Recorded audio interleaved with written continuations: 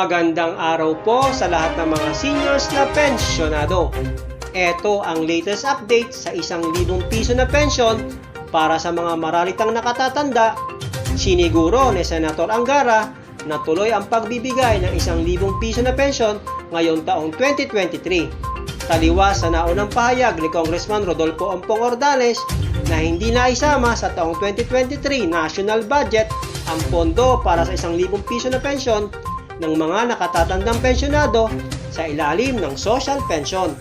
Ayon sa senador, may kabuuang 4.1 million indigent senior citizens ang makatatanggap ng 12,000 piso na pensyon o 1,000 piso kada buwan ngayong taong 2023 para sa kabuuang implementasyon ng Republic Act o RA 11916. Sinabi ni Senator Angara na siyang pinuno ng Committee on Finance na may kabuuang 50 billion na nakalaan sa ilalim ng 5.268 trillion General Appropriations Act o GAA para sa indigent senior social pension. Ang halagang ito ay sakop ng 100% na pagtaas ng buwan ng pensyon mula sa 500 piso na pensyon.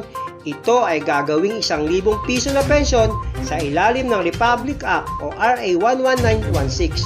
Ipinahayag ni Senator Angara na siniguro nila na mapopondohan ang monthly social pension ng mga indigent senior citizens sa ilalim ng 2023 national budget.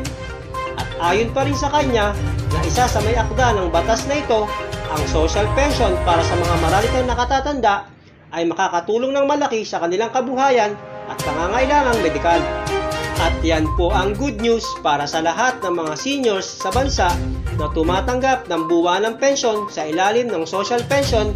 Matatanggap nyo na ang karagdagang 500 piso na pensyon ngayong taong 2023 at yan po ay mula sa ulat ng Manila Times.